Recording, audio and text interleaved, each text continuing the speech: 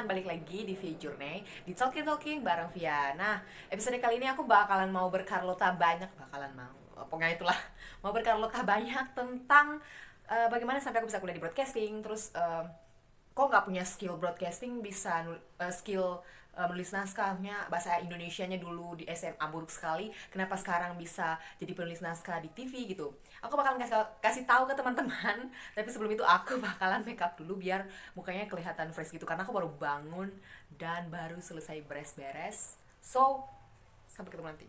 Bye bye. Hai, balik lagi di TTF Talking bareng Via. Dan aku sudah berganti pakaian ya kan. Aku bakalan berkarlota banyak, bukan sedikit ya kan. Karena kalau aku udah ngomong banyak banget gitu. Aku bercerita kenapa memilih untuk masuk broadcasting ketimbang kuliah keperawatan gitu. Karena dari awal aku kesini gitu kan, pengennya kuliah di keperawatan seperti dan bidan dan ya sejenis itulah. Terus awal aku datang ke sini, aku nggak langsung masuk ke aku nggak langsung masuk ke broadcasting sih. Aku masih pergi cari kampus-kampus keperawatan, dan bahkan aku sempat ke kampus pariwisata Stipram sama Amta gitu kalau nggak salah. Terus setelah dari situ, karena aku melihatnya kayak oh ini kayaknya bukan passion aku gitu. Terus akhirnya aku pergi ke kampus aku yang sekarang. Tapi pas aku sampai ke kampus yang aku sekarang, kecil banget. Maksudnya kampus aku termasuk kampus yang paling kecil gitu. Terus aku melihatnya kayak, aduh, jauh-jauh dari Maluku ke sini, cuman pengen masuk ke kampus yang kecil kayak gitu. Nggak mau dong. Aku pergi lagi aku cari kampus-kampus besar yang lain. Dan setelah itu nggak jadi. Maksudnya aku pergi ke kampus ini ono, nggak jadi. Akhirnya aku memilih untuk balik lagi ke kampus yang sekarang aku kuliah gitu. So, setelah masuk, itu tuh merupakan hal baru sekali buat aku, karena pas aku masuk tuh masih bingung.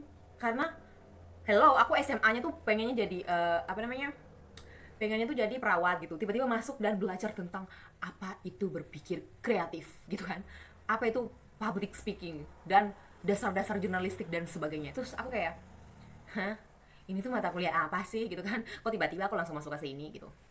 Awal-awal tuh terasa sulit sekali, karena tau lah ya, maksudnya apa yang gak kita harapkan tiba-tiba langsung kita terjun di situ dan belajar di situ, otomatis tuh kayak, aduh, ini cahayanya kenapa membuat saya putih sekali sebentar.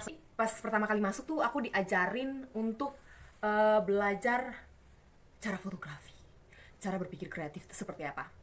Dan yang pertama dalam benakku kayak, waduh, tapi aku belum berpikir kalau aku salah jurusan. Setelah semester 5 baru berpikir, setelah banyak tugas, banyak produksi, syuting sana syuting sini, so aku berpikir kayak, hah, aku salah jurusan deh kayaknya. Terus tapi kayak, ya udahlah, biarin aja, itu uh, namanya juga berproses ya. Maksudnya kayak kaget banget tiba-tiba masuk di jurusan kayak gini dan emang bukan passion dari awal, ya kayak gitu sih. Nah, balik lagi ke topik, back to the topic. Ya seperti itu, aku kayak merasa, wah, berarti ini kayak kerja keras banget dong, aku harus belajar dari pertama gitu. Dan ya udah, selepas itu aku mulai mengikuti prosesnya. Aku mulai belajar fotografi, nanti foto-fotonya bakal aku tunjukin.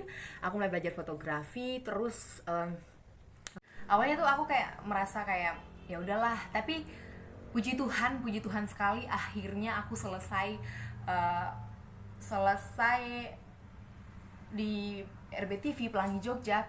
Aku jadi bisa nulis cerita di Wattpad. Aku jadi punya buku gitu kan.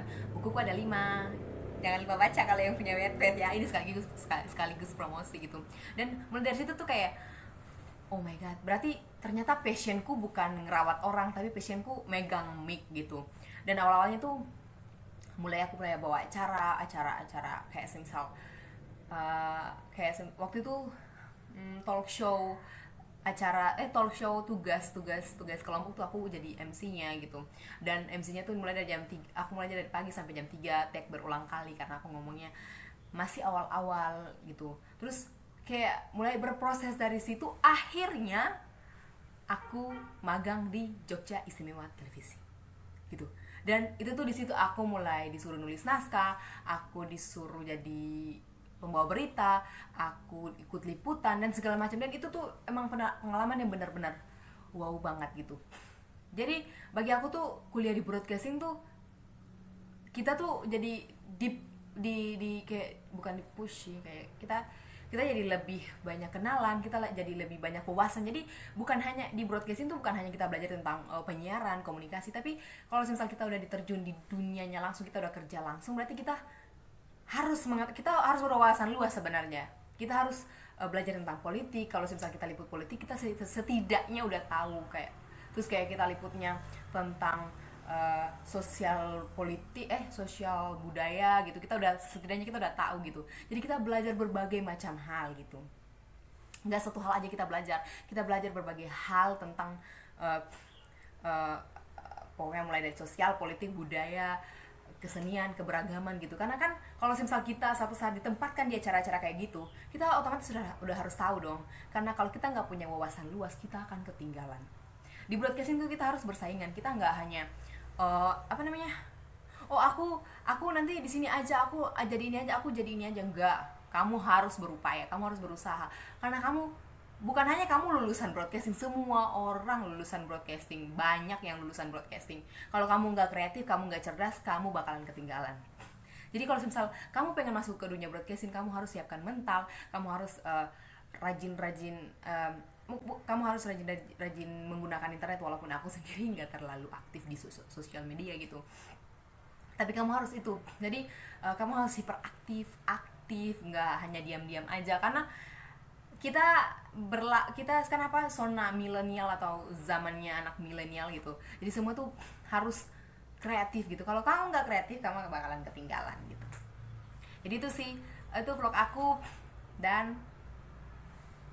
jangan lupa nonton part selanjutnya. Thank you yang udah nonton Pia Journey. Semoga kalian semua diberkati. Jangan lupa like, subscribe, dan juga komen.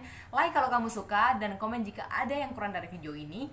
Dan subscribe, jangan lupa kamu press the bell. Jangan lupa nyalakan lonceng notifikasinya. Terima kasih dan sampai ketemu lagi. Bye bye.